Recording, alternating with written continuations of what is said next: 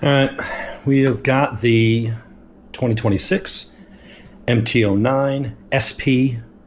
I've already done a bunch of mods to it. Well, basic stuff, right? Got rid of the Mickey Mouse ears. I've got the plugs, the bolt plugs coming later today.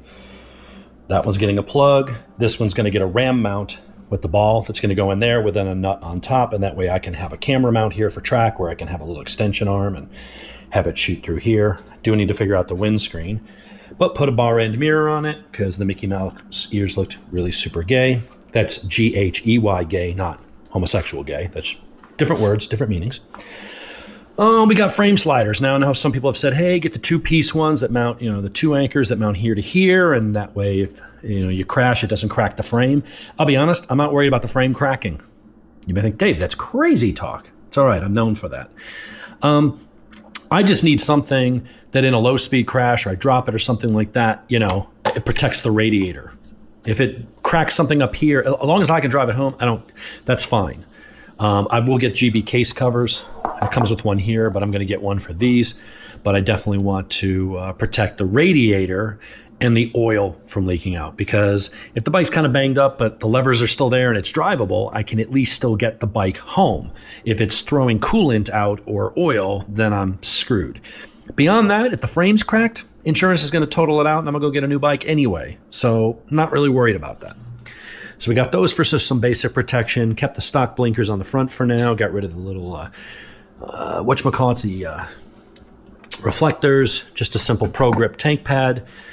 Back here, we've got the swing arm spools. I've gone ahead and safety wired this. If you notice, there's little metal tabs. There's one up here, because sometimes the cases have oil pan up here and the clutch is down lower. I'm sorry, not the oil pan, the oil filler cap would be up top. They put these little tabs on different bikes in different places. There's nothing behind it. Always check with your finger to make sure you're not drilling into something behind it. But you can come in here and you can drill a hole there, and that gives you your anchor for your safety wire. So I've got one there. And over here, we went and drilled out the drain plug and installed one to here. And I'm going to use that same anchor that once I do my first oil change after I get back from the tuner on, what day? Friday.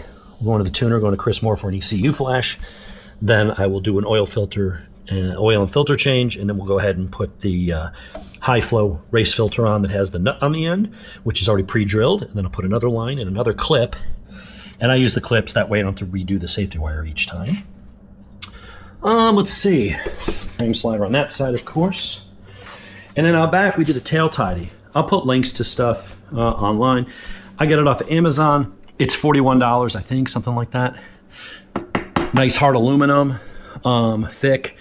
Mounts right up to the underneath to the structure. You'd have to take the panels and stuff to get it off, but it's all nice and secure. Shit ain't going anywhere. I'm using the stock blinkers for now, which are fine. I will probably change them out at some point, but I was like, they work. The only thing I don't like about the stock blinkers, they are LEDs and stuff, is that every time you bump into them, you knock them out, and then you got to push the rubber gasket back in, but at least they won't snap off, I guess. Maybe that's their thinking. I do need to get a protector or a mount for my SW Motec. I need to get that so I can mount my bag there. And so really the only mods left are going to be the ECU flash. Chris is going to do an ECU flash optimized for the stock exhaust. You're going to pick up 75% of the power of a pipe, because most of the power to be had, honestly, is less from tuning and restrictions in the flow of exhaust. It's more in the throttle mappings and stuff in the ECU, especially second gear. First gear pulls really hard, wheelies all over. Second gear bogs. Third gear takes off. And it's not a problem with fueling. It has to do with your ride-by-wire. In second gear, for whatever reason, if you've watched any of my Tune ECU videos, you'll see it looks like a spreadsheet. You have RPMs going up on one side of the spreadsheet, and then on the other side, going this way, is going to be your RPMs, or how much throttle. Sorry, RPM goes up, how much throttle you give it here. And then in the corresponding table, depending on RPM and throttle input, it says, well, what number is the ECU actually going to open up the whatchamacallit, open up the throttle plates. So in second gear at like 5,000 RPMs, right in the middle of your torque range, you give it 100% throttle, it gives you 41. You're not even getting half throttle. And that's why first pulls, you go into second, it falls on its face. And then third, and I did this in a video the other day, I'd get it like 45 miles per hour in second, which would have my RPMs a little higher, and I'd give it gas and you'd see it lethargically pull. And then 4 or 5 seconds later, then it would start to take off. In third, which you'd think you're lugging the motor, you're going to bog it down because you're same speed but a higher gear, so it's going to be lower RPM. I hit the gas and it just goes brr and takes off. So Chris is going to remove all that, restore some ignition timing, get rid of the fuel cut eliminator, all that other kind of shit, and just clean it up. And, you know, with a stock pipe, this should be pushing, I don't know, 110, 112 at the wheel, as opposed to 116, 17 if you do the pipe. And then if you do the airbox, you get another. I don't care about big horsepower. I just want it to make what it makes and do it properly. And when I give it throttle, it gives me what I ask for, unlike what it's doing now. If I was worried about every last horsepower, I would have kept the ZX-10 that was making 194 at the wheel. I wouldn't have stepped down to a middleweight. So we're getting that done on Friday. Then we're going up to GMD CompuTrack on Saturday morning to get the suspension dialed in. It's got a really nice KYB fork, very similar to the R1, I believe. And you've got full preload on both. You've got rebound on both up top with the blue screw. And then down here, you've got both high and low speed compression damping. And out back, you've got an Olin shock, and the reservoir is on the other side. This is your adjustment for preload, which is really nice. And it's got all the same kinds of adjustments, see, big Olins, stuff like that. So we're going to get that all dialed in. After that, you know, these tires aren't that great. They have okay grip. The profile is very shallow. You run out of, I was just out kind of just tooling around on the back road, and I'm already down to, I mean, I wasn't riding the bike hard. I mean, I'm still breaking it in and just kind of playing with it and learning it. Also knowing the suspension's not set up for me. And you still, I mean, you got a little tiny chicken strip, but not much. And that's not a mountain ride. That's just riding through like subdivisions. So you run out of tire really quick on this. Don't do a track day on that tire. So we'll get Road 6s on there. I'll try and chew these up before my trip up to Deals Gap next month. But one thing I did want to say is I finally got the electronics here sorted. So give me 1 second. Let me put my camera down. All right, so let's see. So if you go into the dash, first of all, do a little dash tutorial here. You got some really cool stuff. So you can go in and change your themes. So you can change it to dark screen too. Let's see, but you go to themes and it gives you all these different views. I can go to that view. I can go to theme 3, which is kind of cool. There's theme 4, there's theme track, and you can go around and kind of play with these things. So I think I've been playing with theme 3. I think is kind of like the best visually looking. But you got all your ride modes in here. So when you want to change a mode, you just push the thumb button over here that I'm pushing. You go to custom 1, custom 2.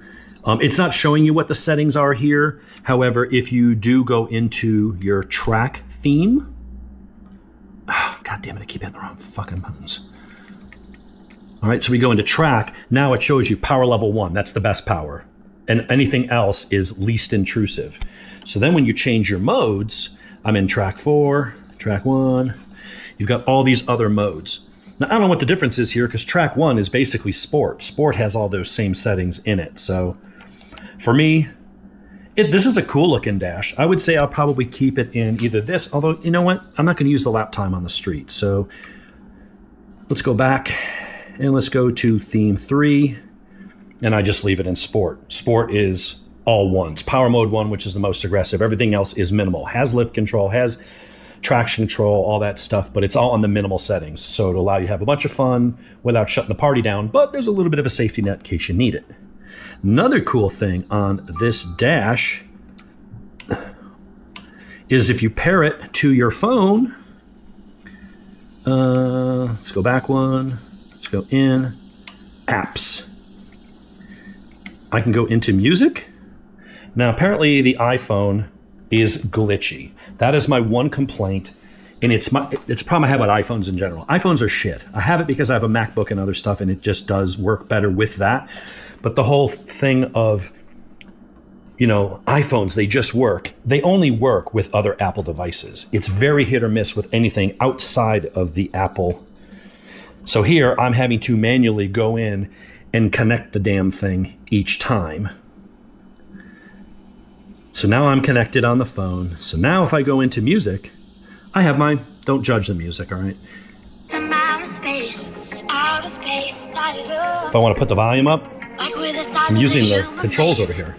So even though I've got a Cena to listen to stuff, when I have a phone call come in, it'll tell me who's calling, things like that. There is turn-by-turn navigation, but it uses a Garmin app, which isn't that great. I'm really just more for not having to dick around and take my hands off the handlebar to play with volume or things like that. If I want to fast forward to the next song, boom, right there. And then you can adjust your volume. You can pause it. And you can see the volume on the phone going up and down.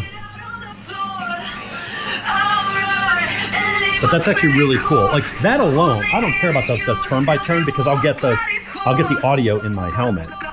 And I'm not necessarily looking at the screen. But it is pretty damn cool to be able to turn volume up and it'll go into your headphones or whatever your helmet is, whatever your phone's Bluetooth to. All in all, I think that's pretty damn cool. It was fiddly getting it set up. I had to go through a bunch of steps, and it's trial and error to see which combination of do you approve it here first, or do you do it on the device. But eventually I did get it hooked up, so anyway, and I think you hit the home button and that'll go out. But it will let you communicate and stuff. It's just a little fiddly. You got to connect it to the bike each time. Apple is so paranoid about security and this and that it makes you do things manually all the time. Whereas with Google, you go in and you set up whatever device you're connecting to as a trusted device, and you put in your password on the phone. You say, I'm the owner of this phone. I want it to be a trusted device. So when I'm connected to my truck, just work. Same thing with Cena. But a lot of times the iPhone goes, no, you got to pull over and unlock your phone to do that. I'm like, I just wanted to navigate home. I'm in the mountains and lost. And I'm driving down a twisty road and I want to navigate home. And it's like, yeah, stop, take off your helmet, log into your phone, get your phone out of your pocket, you know. It's like, what's the point of having voice commands if I have to do all that? Apple is shit when it comes to that stuff. But it's what I have to deal with for now. But all in all, it works pretty well. You know, you can go through and you can set your different, things, scroll up, down, what you want your different stuff to be. Range, air temperature, trip time, fuel, odometer. I usually have coolant, temp. Yeah. So anyway, that's what we've got for today. So we'll do some video, later in the week. I'll ride it up to Chris, and then we're going to get the ECU flashed, and I'm going to ride it home and see what the difference is, and we'll do some vlogging from there. And then we're going to ride up into Fairmont or Fairburn. I forget. It's up in the mountains past Jasper. It's about a 2-hour and 20-minute ride from here. Well worth the trip to go see the folks at GMD CompuTrack. And we're going to dial in that suspension.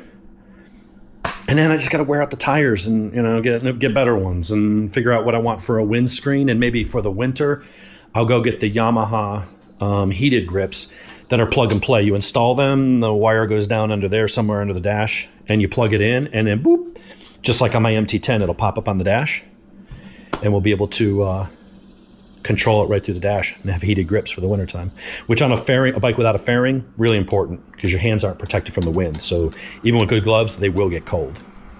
So, and I got a screen protector coming so I don't scratch that. So there you have it. Those are the mods. That's the walk around. There's gonna be a lot of content coming for this, so enjoy. Hey, my wife came home with her camper. Anyway, we'll talk to you guys.